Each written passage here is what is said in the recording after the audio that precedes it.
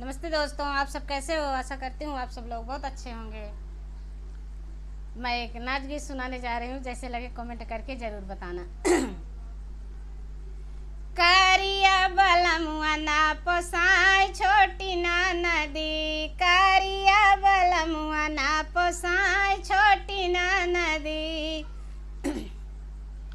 हे गंगा मैया तोहके पियरी चढ़ाऊ बाई, हे गंगा मैया तोहका पियरी चढ़ाऊ बाई। करियऊ कलाई जा बहाई छोटी ना नदी, करियऊ कलाई जा बहाई छोटी ना नदी।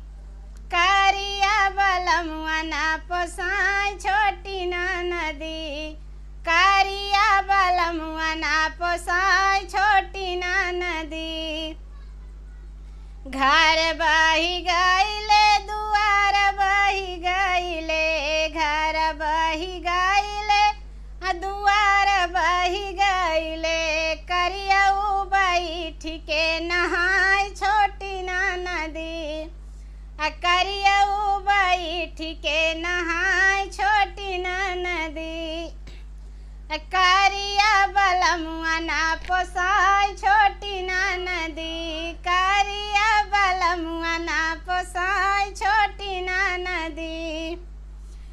हे पावन देव तो के जल हम चढ़ाऊ बाई, हे पावन देव तो के जल हम चढ़ाऊ बाई।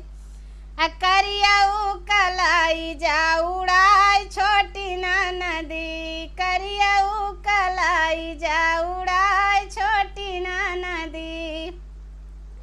छान उड़ी गईले छपरवा उड़ी गईले, छान उड़ी गईले छपरवा उड़ी गईले। करियऊ बैठ के हवा खाई छोटी ना नदी, करियऊ बैठ के हवा खाई छोटी ना नदी। करिया बलमुआ ना पोसाई छोटी ना नदी, करिया बलमुआ ना पोसाई छोटी ना नदी। हे अग्नि देवता तोहके पियरी चढ़ाऊ बाई, हे अग्नि देवता तोहके जल हम चढ़ाऊ बाई। करियऊ कदे त्या जलाई छोटी ना नदी, अरे करियऊ कलाई जा जराई छोटी ना नदी।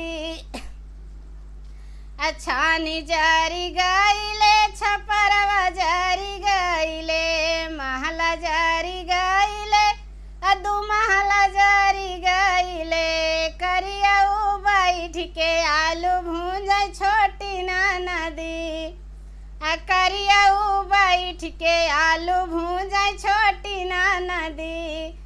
करिया बलमुआ ना पोसाई छोटी ना नदी, करिया बलमुआ ना पोसाई छोटी ना नदी।